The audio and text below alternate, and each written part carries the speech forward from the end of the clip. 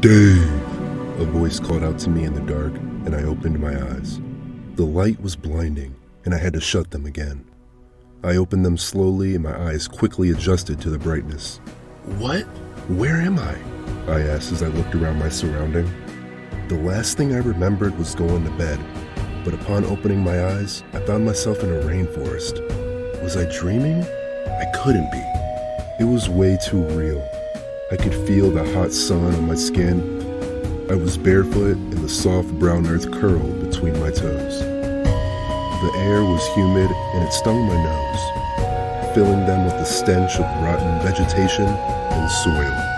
All around me were tall trees and plants of different colors.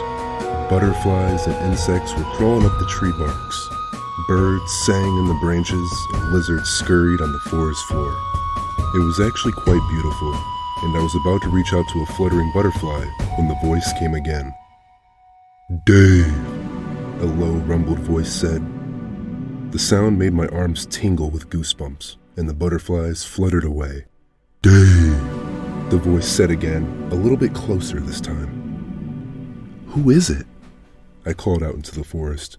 I couldn't tell where the voice had come from. It seemed to come from nowhere and everywhere at the same time. "It is me, Dave," the voice rumbled. "It has always been me."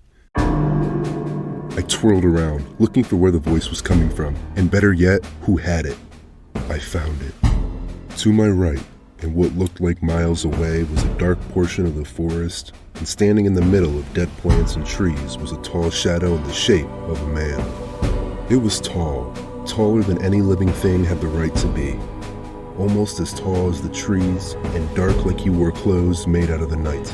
His palms were large enough to fit my face. His eyes were large and white, with no pupils, just large empty balls of despair. He had no nose, and his crimson red lips were on the left side of his face, stretching from his left eye to his pointed chin. "It is time, Dave." His red lips contorted, revealing a set of uneven teeth. "Time for what?" I said as I slowly inched backward with a sinking feeling in my stomach. "Time to go," he said and began walking slowly towards me.